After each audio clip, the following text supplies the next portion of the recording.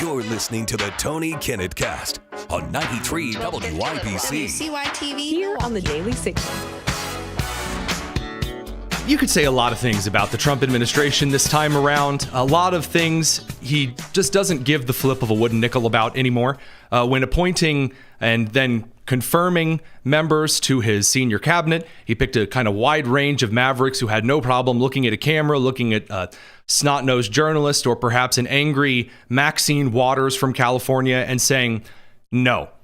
And I got to say, I really wasn't expecting that to last throughout the entire term. There was a time, although it was a while ago, in the first Trump administration, where Trump essentially kind of got down to the business of the governing, and then things proceeded apace. Now we are very well aware that that was because there was a lot of internal fighting that went on for the entire administrative session of Trump's first term. Now that's not the case. And you see a lot of people in the executive branch that are moving in lockstep with one another. There's still a lot of open debate. I mean, I'm sure that somewhere off in the far distance, you've got Howard Lutnick and Scott Bessent arm wrestling, maybe J.D. Vance and Marco Rubio debating foreign policy moves here or there.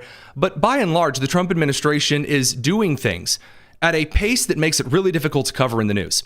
Part of that's by design. Part of that is because you really only have 18 months in the first term before it's midterm season.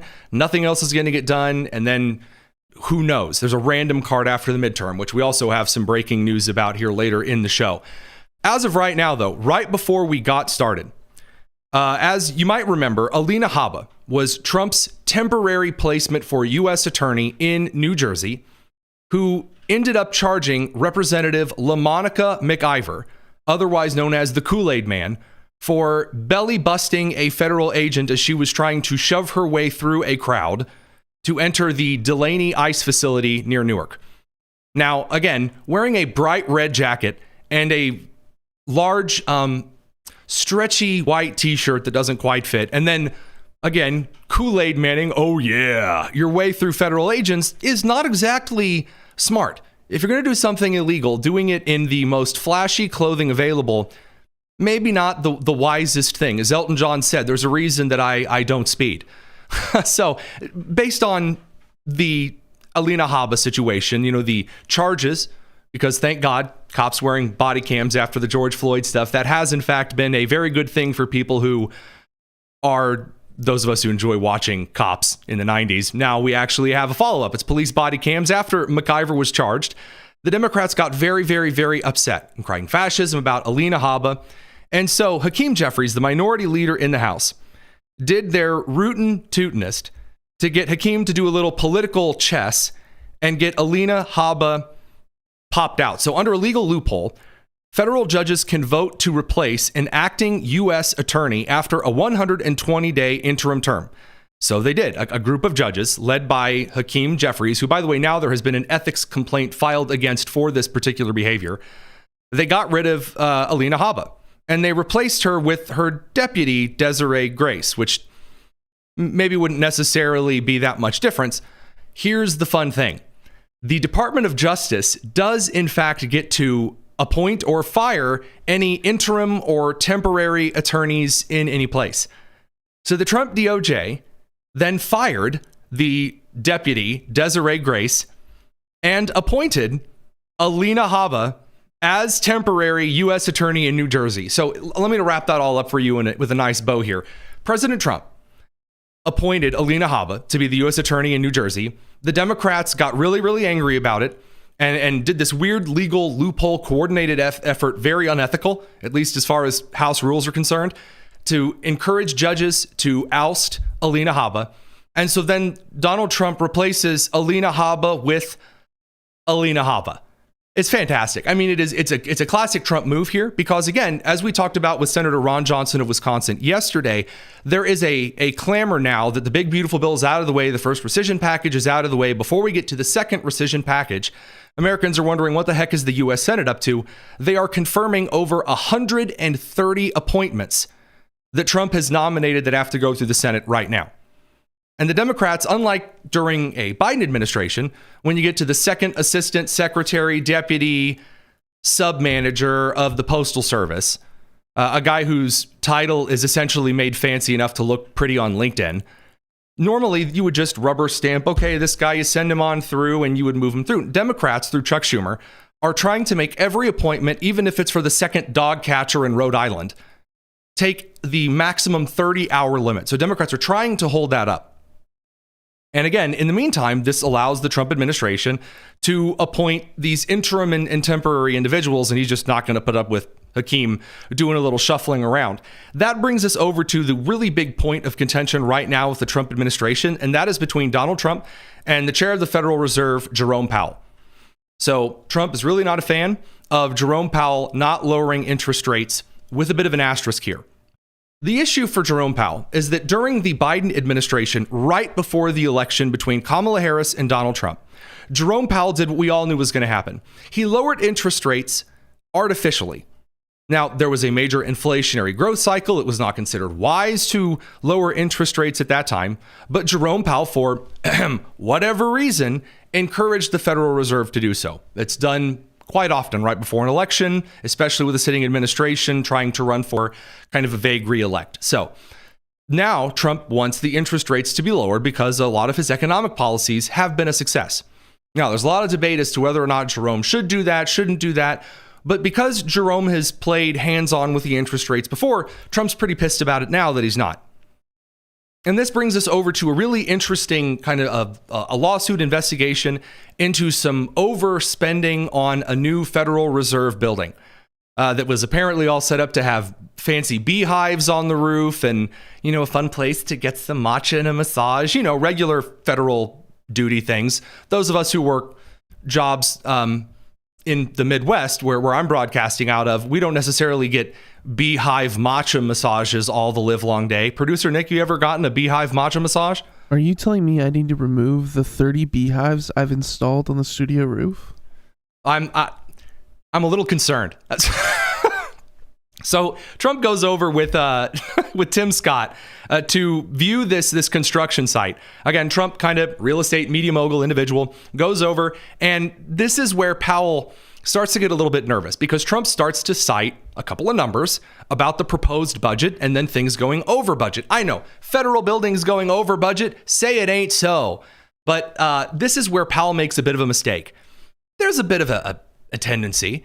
When you look at Donald Trump, he says things. Some of the things he says are really out there. They're boisterous. And you don't always take him seriously on every single word that he says. Otherwise, there would be about 217,000 people competing for the best person in U.S. history. So Trump lists a couple of numbers. Powell, thinks I can probably contest and push back, and maybe CNN, MSNBC, they'll come to my defense over this.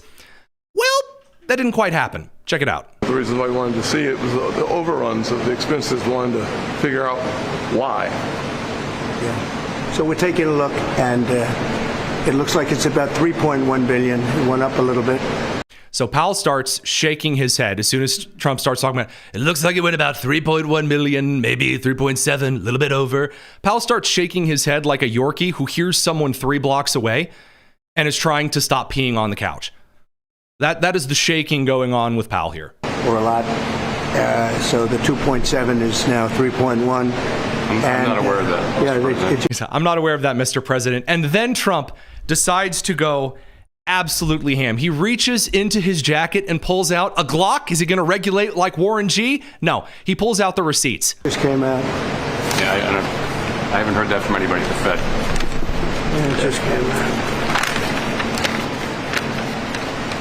Our notes had it about 3.1 as well. Get out the reading glasses. This came from us. And then presto, it looks like what Trump was saying, and that Powell was out there again going, well, I'm not aware of that, Mr. President. Well, we actually have the stats right here, sir. Someone in the Trump communications team, I don't know who does that, is doing their job very, very correctly. You're including the Martin renovation. You just added our entire capital. Yeah, you just added in a third building. Is what that is. That's a third building. Well, no, but it's a building that's being built. No, it was built 5 years ago. We finished Martin 5 years ago. It's part of the overall work. But it's not new. Trump is correct. It is, in fact, part of the overall budget expenses that were proposed.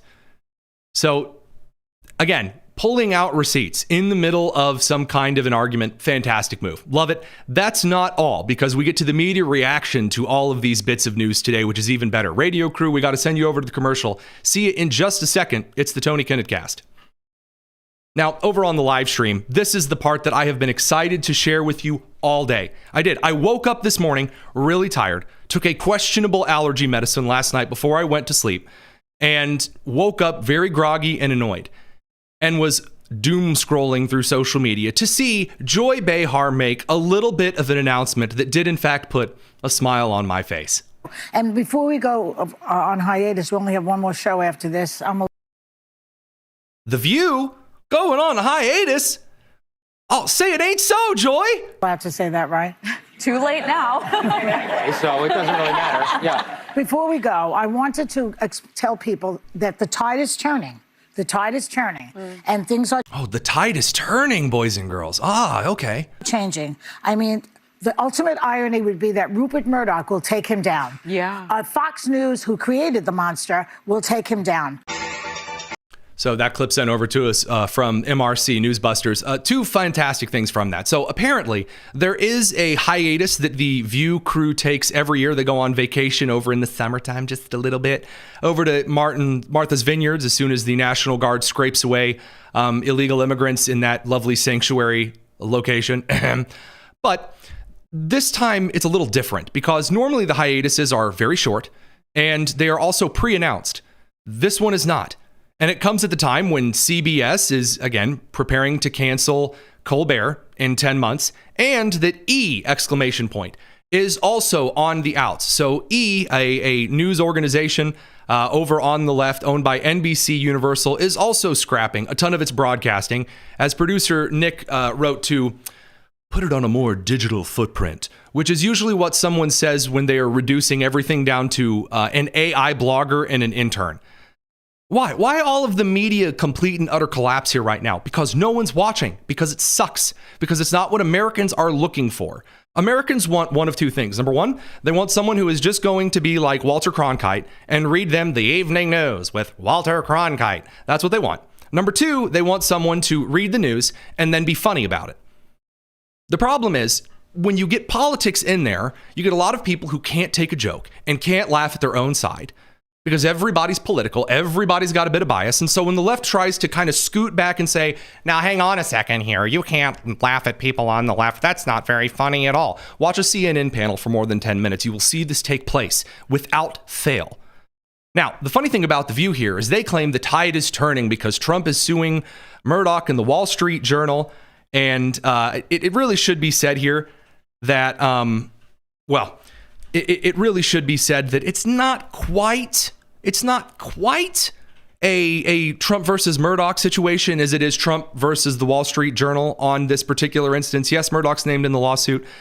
I don't know on what Hunter Biden crack pipe Joy Behar is taking a puff, but no. And based on what we're finding out already about the Wall Street Journal accusations regarding Epstein letters and files and things, it's probably not going to go very well for them. Because the more that we are starting to look at here, with the Democrats trying to get involved more and more on the Epstein side of things, and the more that Pam Bondi is starting to get her toes held to the fire just a little bit by the Trump administration over her handling of the Epstein releases. Well, now we're actually going to get into some specific actions.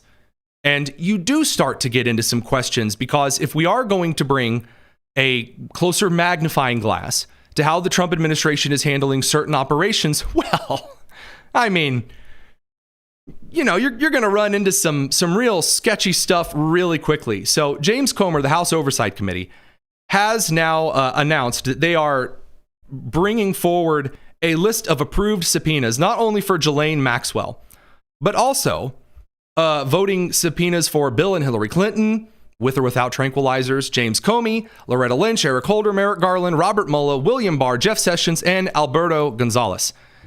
And now we're going to start to look at some of these things a bit more chunk by chunk. And we're going to explain why this matters here in just a second here. We got to bring the radio crew back from commercial. They're about wrapped up. It all comes down to not being on camera for 10 seconds at a time. We'll be back in a second. It's the Tony Kinnett Cast.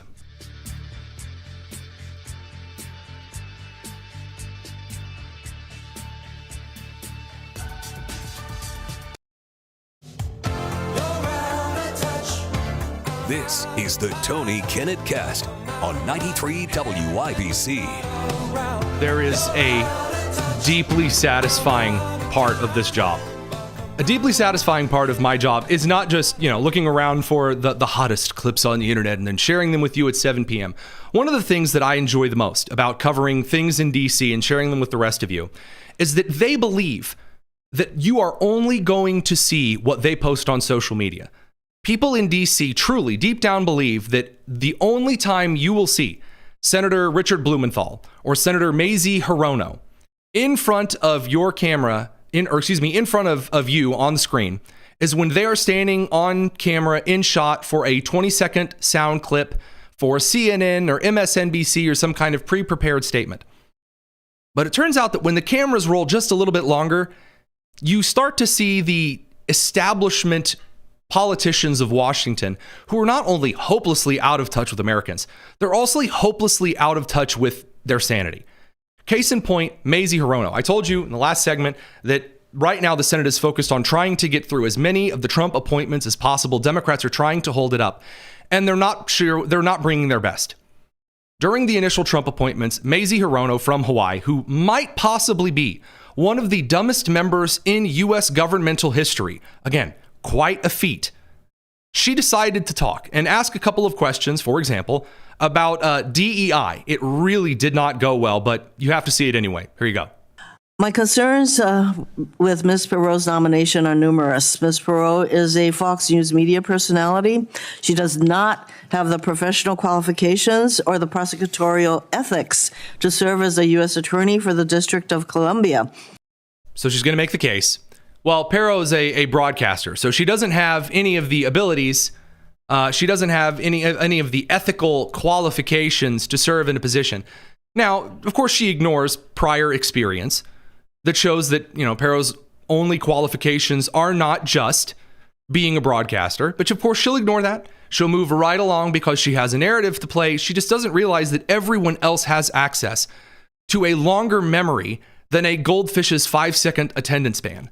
In fact, she seems to have no concept of ethics at all. For starters, she perpetuated misinformation and lies about the 2020 presidential election.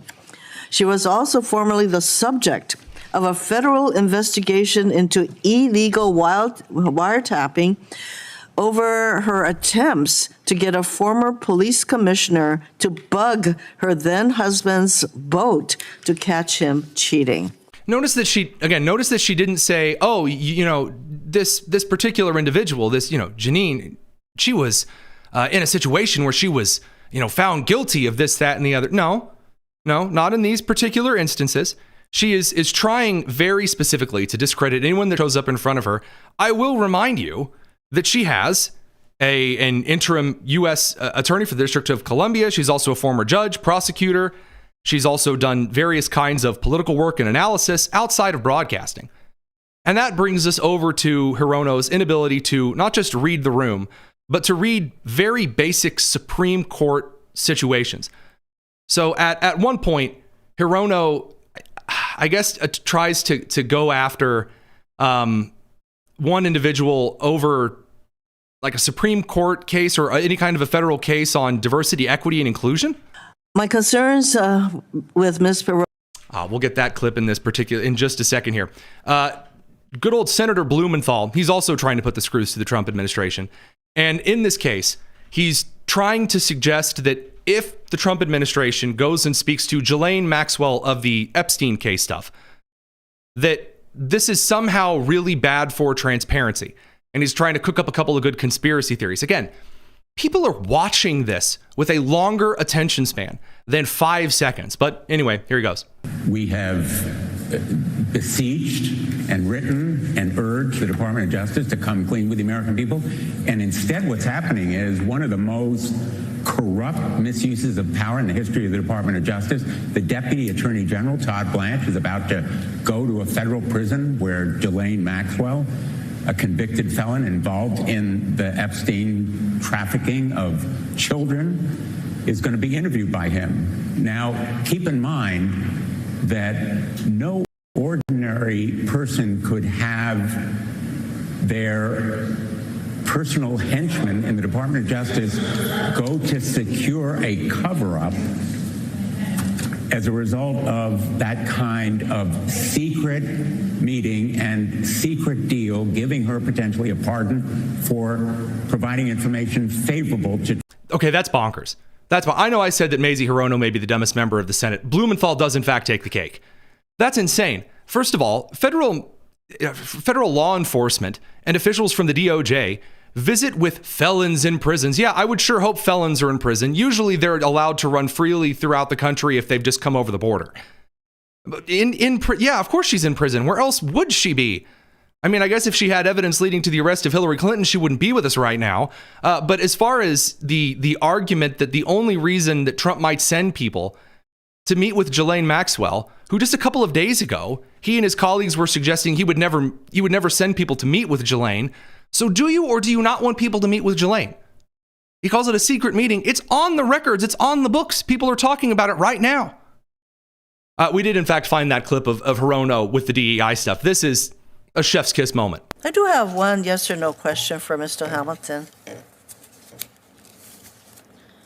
If you have one yes or no question and you need to dig through a stack of papers to get to it, maybe you shouldn't be a sitting United States senator. Just a hot take there. I know you're involved in DEI cases, but has any court opined that DEI is unconstitutional? Yes or no? Yes. Which court? United States Supreme Court. I disagree with you because you're triggered talking about the Harvard case. And you can go read it yourself. And if you can go read it yourself. Correct. Now, I did a little bit of digging myself and found that there are, in fact, 63 cases at the federal level on which the terms equity, diversity, and inclusion have been ruled against. And that's just in the last 20 years. It turns out that racial discrimination, there was kind of a big thing about that in this country called, civil rights and that whole fight and that struggle.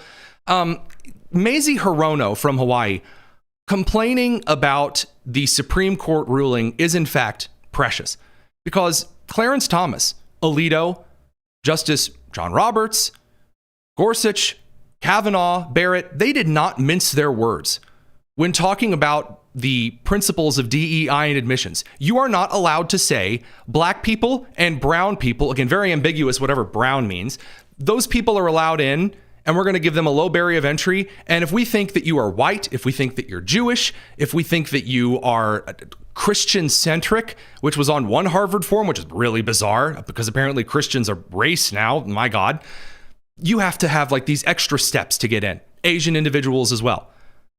So again, it is rather ironic for Mazie Hirono, who would in fact have a higher barrier of entry if she applied to Harvard University during this whole process, is now trying to make that defense. Doesn't quite work. Best of luck to you. And again, these are a few of the active lawsuits and committees right now that are going on that the entire country is watching despite kind of the social media atmosphere. Radio crew, we're going to send you over to commercial. And up next, we've got Jerry Lopez for some of the awful tweets you have sent in. Dear sweet heaven above, they're some of the worst we've ever seen. It's the Tony Kinnett Cast. Now, as for other major lawsuits going on right now, I'm just going to try to read them off to you because that's how many of these are in front of us at this moment in time. Attorney General Pam Bondi this afternoon announced the Department of Justice is suing the city of New York and Mayor Eric Adams for continuing to obstruct law enforcement with sanctuary city policies. If New York's leaders won't step up to protect their citizens, we will. As I have said before, there is no law on the books at the local level, at the state level, or at the federal level, which allows a state's attorney general or a state's governor to direct law enforcement not to work with federal authorities. The last time this happened, and it was, let's say, debated, was Fort Sumter, and that didn't go very well. So in this particular instance, again, I think that New York City should probably go the route of, like a more moderate, given the Adams, Mamdani, Cuomo election issue. I think that maybe they go the way of Louisville and cut the sanctuary city crap. But again, as we'll talk about, again, you don't have to necessarily hear it from me. As Representative Yvette Clarke of New York City puts it, she needs the migrants in order for redistricting to, favor Democrats. I'm from Brooklyn, New York. We have a diaspora that can absorb a significant number of these migrants. And when I hear colleagues talk about, the doors of the inn being closed, no room in the inn, I'm saying, I need more people in my district just for redistricting purposes. Oh. And those members could clearly fit here. Now, we're going to talk about redistricting in a little bit because this is where all of the lawsuits are headed. But I should also point out that, again, the Trump administration won a major victory regarding Columbia University. So Mazie Hirono can lose her mind over the Harvard University situation, but Columbia University has caved over to the Trump team by agreeing to pay a penalty of $200 million for civil rights violations and violating federal law, and $20 million to employees at Columbia University who were unlawfully targeted and harassed by the pro-Palestine crowd. Columbia also not only committed to ending DEI policies and various programs at the university which incorporated these discriminatory actions, they also agreed to independent oversight the Trump administration has a say in. That's a pretty big deal. That's something that Iran can't even agree to regarding the dust that used to be their nuclear program. Now, that brings us over to a huge win from the U.S. Court of Appeals for the Ninth Circuit. They have now blocked Oregon's adoption policy that required parents to affirm a child's pronouns and gender identity. So in California and in Oregon and several other states at the moment, Colorado has a softer version of this particular law, states that in order for parents to gain custody of their children in some kind of a dispute or retain custody of their children, in a CPS situation, they have to affirm any gender transitions that the child might be going through. And it turns out that the Ninth Circuit Court of Appeals says, no, that's not a thing. The pronoun crew, the LGBTQ plus 25 whatever, is not a protected class in the United States. And this will eventually boil down to the last group that Democrats are trying to build a little class core around. And it's Somalians, which is, I don't know if I'd have had that on bat, producer Nick. I don't know if I would have been like, all right, so we've got LGBTQ plus 25, whatever. We got your Hispanic brown people, and then Somalians. That's kind of going from like larger to more specific, I think. Don't you find that a little odd? Yeah, I do wonder if eventually it'll get down to being so specific it'll be feta. Yeah, I think so. We got to bring a radio crew in. It's the Tony Kinnett Cast.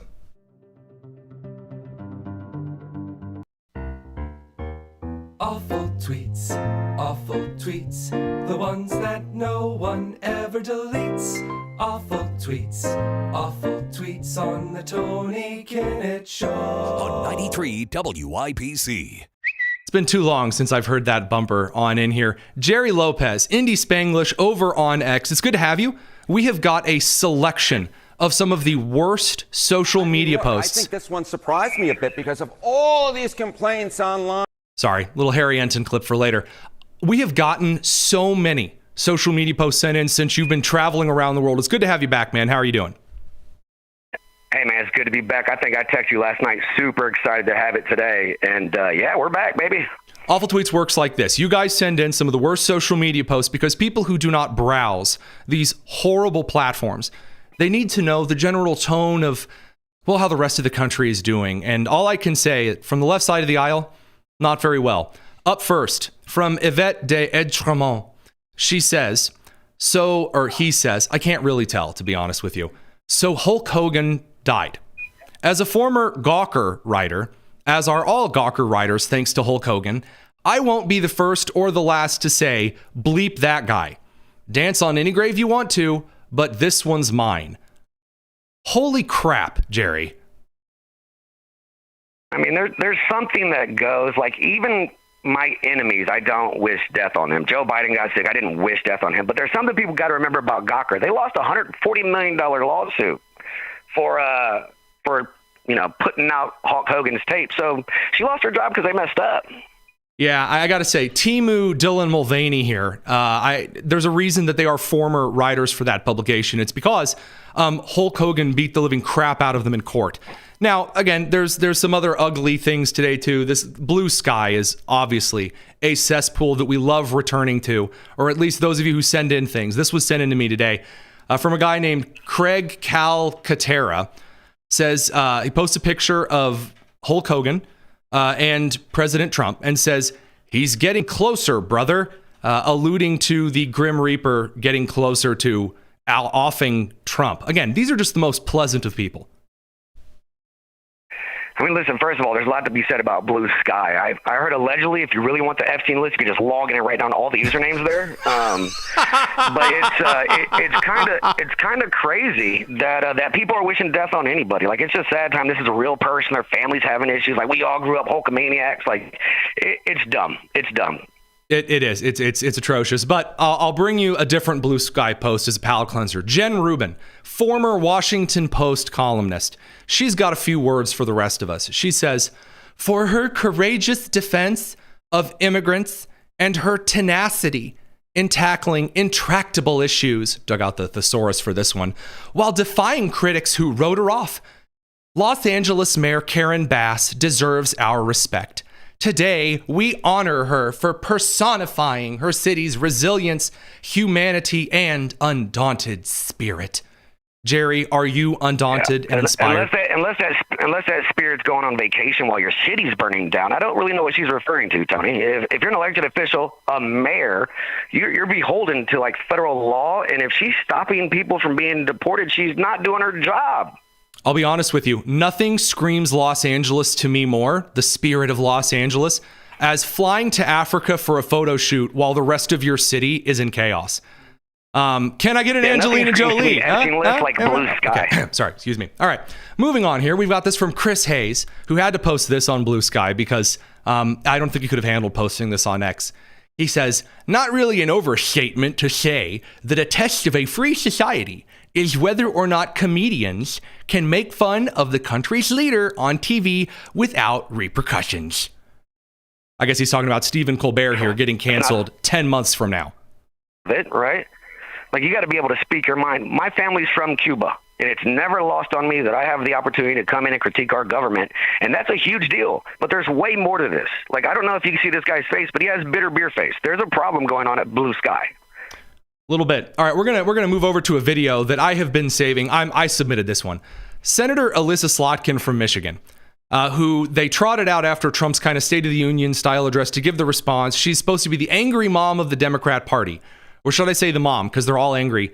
She decides she's going to connect with the rest of the country, like Tim Walz does. Remember when he was planning out throwing interceptions when he getting out the Madden. Planning out a pick six. Is that when he said he was code switching for white people? Oh, yeah. So Alyssa Slotkin, she gets out the sports references. This one is just for you. I love this one. That it's all bad, but by charting a strategy from beginning to end on how we get through this moment. And we will. For God's sakes, people, the Detroit Lions are going to win the national championship and the Super Bowl, and they were in the toilet for years. So. Awkward laughter from... I mean, first of all, they're not going to win the national championship. They're not going to win the national championship because that's for college football, buffoon. They're going to win NFL. Maybe if you want to give them that, the championship. But I'll be fair. If the Detroit Lions work really, really hard, maybe they can win the Wimbledon.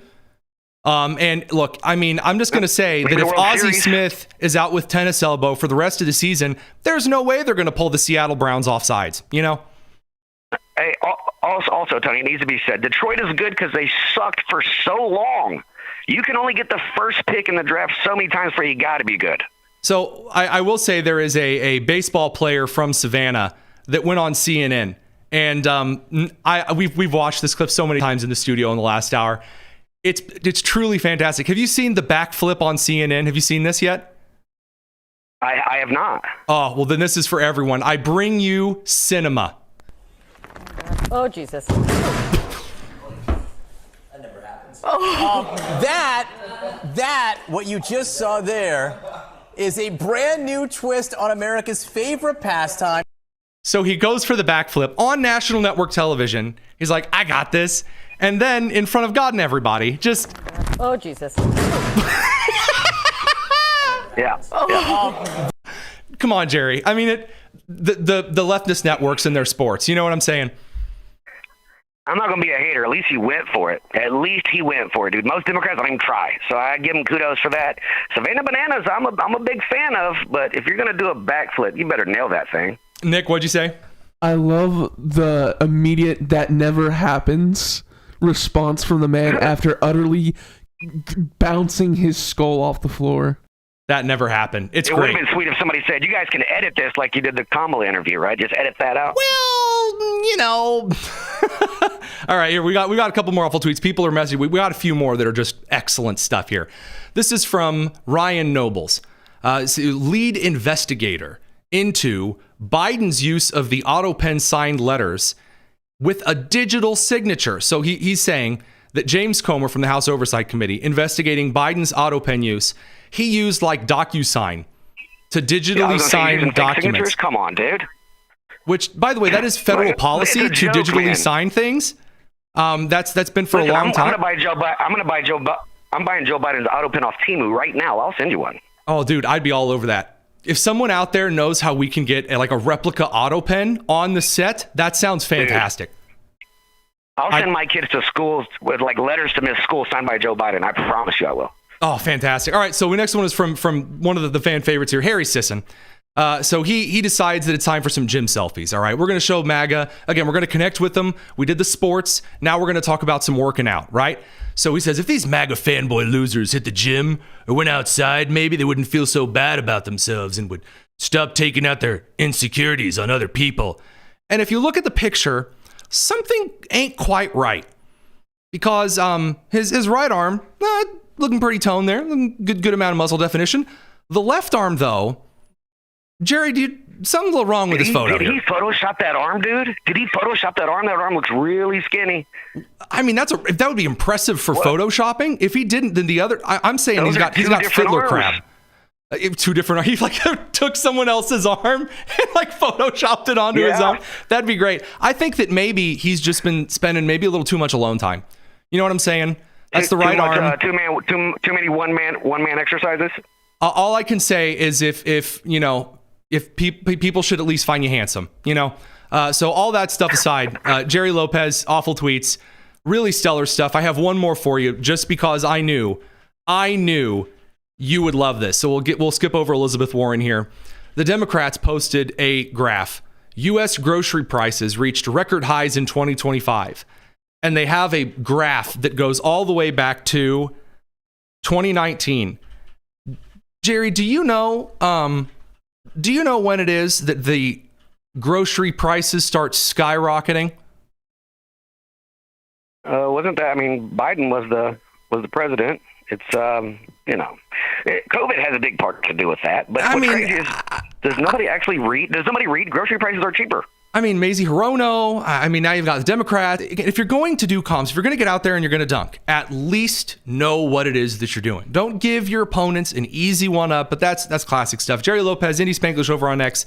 Thanks for another excellent week of awful tweets, my dude. Appreciate you, brother. I'll see you next Thursday. Well, radio crew will send you over to commercial. We'll continue on the live stream because we have a little bit more to talk about. It's the Tony Kinnett cast. Okay. In the meantime, it was brought to my attention some of probably the strangest comments made by some individuals who are no longer fans of Trump. They used to be kind of fans of President Trump. They used to kind of be a fan of certain things over on the right. And now, because of Trump's foreign policy specifically, they're very, very, very upset at him. Like, they're really mad, like just outraged. And these individuals believe that the only place to be at any given point in time is Twitter. So what you saw in our awful tweet segment is a lot of people who believe the entire world exists only on social media. They never get off of it. They're called perpetually online. And one of the individuals who is perpetually online, who believes that right now all Republicans in the country are really, really mad at Trump and they're angry about it, is Candace Owens.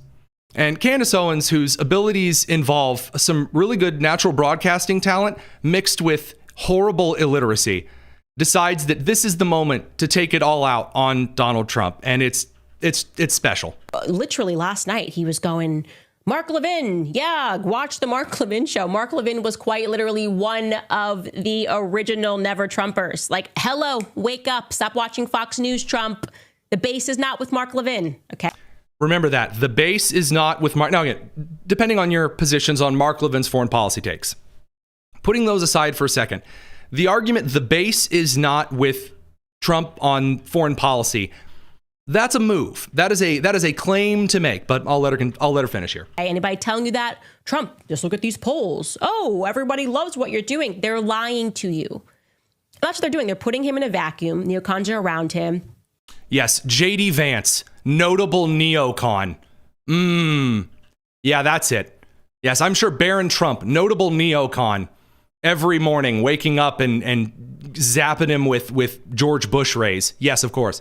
And they're treating him like he's like an old grandpa in a home. Like, look, just look at Fox News is telling you that your base loves this. The man was scaling scaffolding in 95-degree heat today. I don't think anybody's treating Trump like he's an old man. And he doesn't understand that the base is not with Fox News. This is my honest perception. He has no idea which way the wind is blowing right now because the people around him have infiltrated the movement and now they're lying to him. Yes. Okay, that's what they're doing. Yes. Now, certainly, if we played certain older clips of Candace Owens saying the exact opposite, then we would, see maybe a little bit more of who moved. But let's look at that claim. It's an interesting claim to make. The base isn't with him.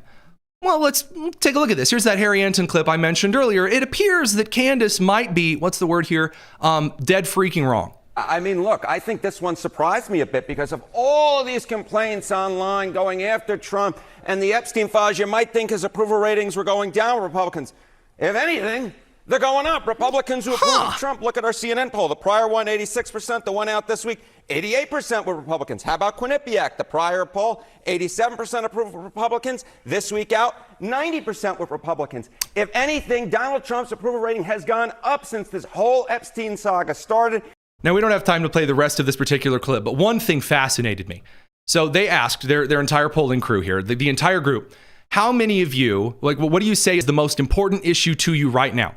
Candace Owens is making the case that it is Israel and Epstein, and everyone's really mad about this, and everyone's mad at Israel, and they're mad about Epstein.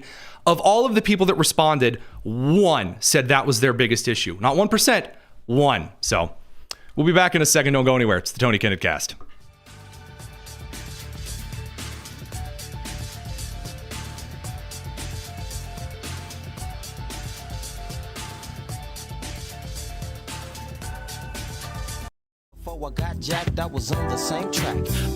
It's the Tony Kinnett Cast on 93 WIPC. I like that. The regulate reference and bring in a little bit of regulate there. That's nice. Welcome back to the Tony Kinnett Cast, boys, girls, and squirrels. Let's finish up this evening by talking a little bit about some really good news. Now, I'm not going to claim credit for this. I can't. I don't have any direct evidence. And believe me, I called this afternoon the Daily Signal's journalism fellow, Jacob Adams.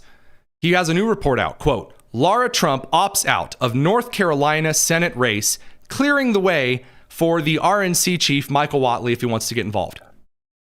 And I was thrilled to see this news because if you have joined us for a little bit of a while here, you'll know that I have said over and over and over again, amen, that Laura Trump should not run for the Senate because where Laura Trump has been the most effective ever in history was when she was co-chair of the RNC. And this is the real secret. You want to know why the Democrats are losing it right now over redistricting? Why they can't really respond to anything in the Trump administration? Why even in moments where there are stalled momentum, there's moments where the Trump administration hits a snag and the Democrats have an open window and they can't hit anything?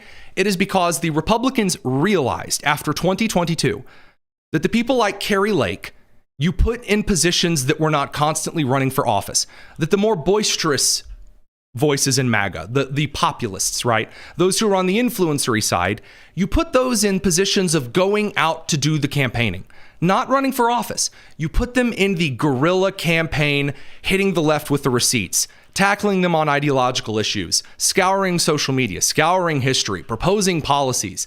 And then you take the serious individuals, you put them in the campaign slots, and then you run them. And you have the populists essentially running the more professional voices. And I'm not talking about establishment like Rhino guys, because there have been a lot of people who have been elected to positions that have proven to have been rather professional. Senator McCormick from Pennsylvania is one of them, but still be very American first, kind of populist in their actual policies. So Laura Trump not running for Senate. Do I think she would have made a good senator? Yeah, I think it would have been. I think that she, if I got my druthers right now, because her not running for Senate is something I have wanted very, very, very muchly. I want someone who is going to go up against Roy Cooper, who North Carolinians already like.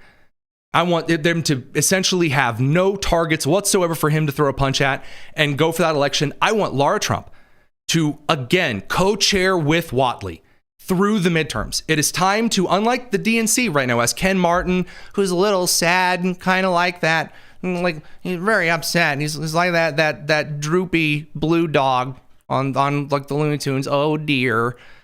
The Republicans need a guerrilla campaign strategy for 2026. We've been saying for years, oh, they don't spend money on this candidate. Oh, they're not taking this campaign seriously. Two co-chairmen, Laura Trump, Michael Whatley, the classical experience, and the Trump rugged populist get out there and hit him in the face. You pair that up and you do it again. If it ain't broke, don't fix it. Now, from that, we get to the redistricting stuff. This is where a lot of news has been driving the Democrats absolutely bonkers. And I think we actually have to go back to a different segment for the clips on this, but it's worth it because it is a very much a wow moment here. So the Democrats in the present time have their heads up one of three things. They're still really trying to hit the Epstein stuff, which doesn't work. We already talked about that with Blumenthal. They have a desperate love of Somalia. We'll probably have to hit that in bonus tonus because it's really bizarre. And then number three, they've got redistricting.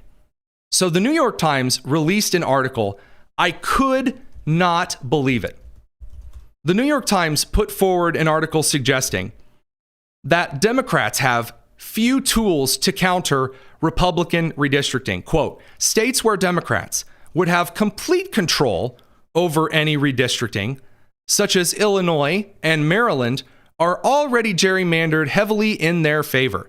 Squeezing more Democrat seats out of those states would be a challenge. So right now, I really can't believe they published this.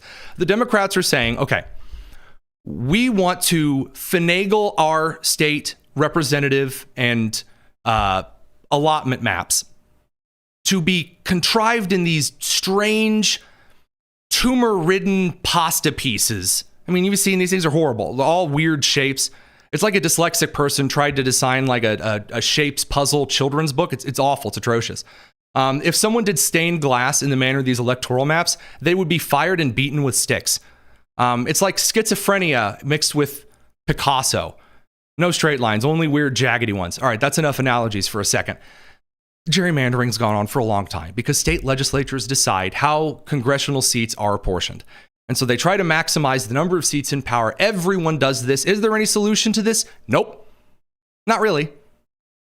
Maybe if the census wasn't so contrived and we used state censuses instead of the federal census, you'd have something a little bit different. But the Democrats are very mad because they have already gerrymandered the absolute hell out of every blue state.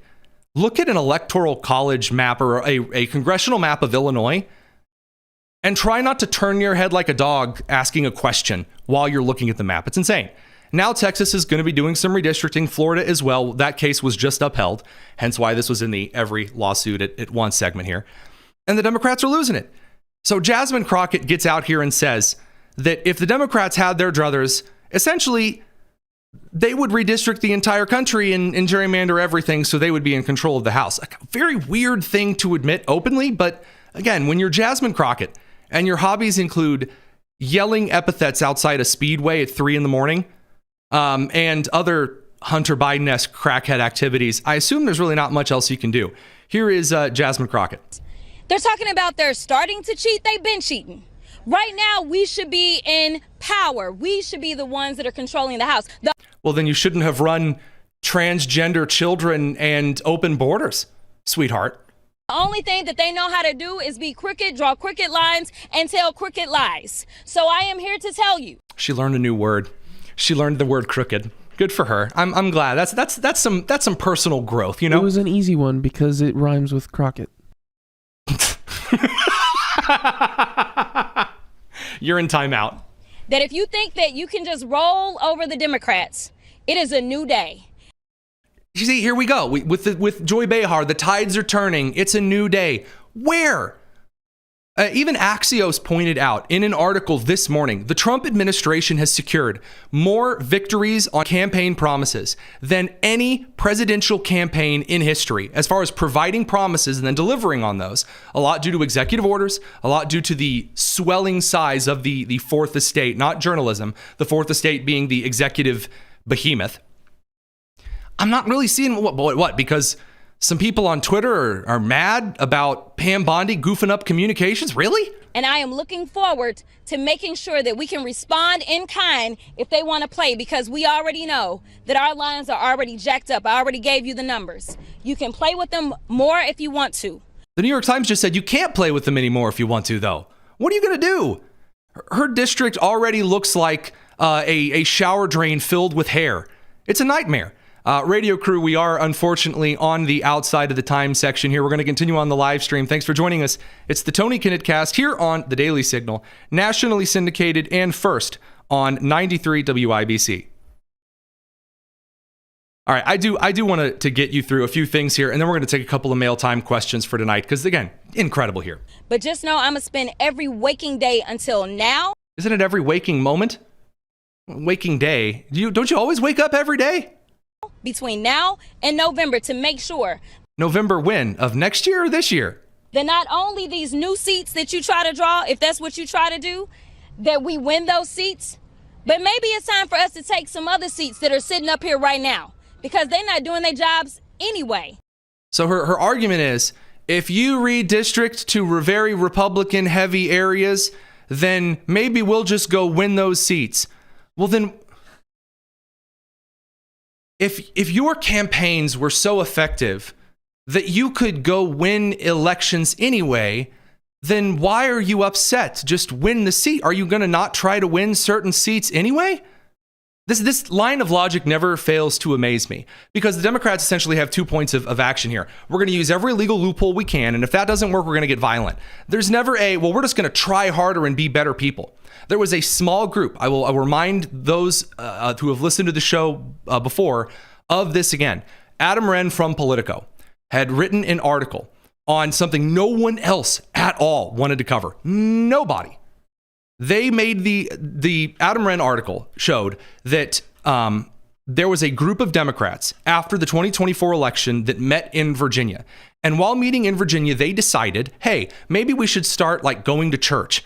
Maybe we should visit, like a gun club. Maybe we should visit kind of an arms convention, a gun show. Maybe we should go out and meet people and fly American flags and be more pro-military and things like that.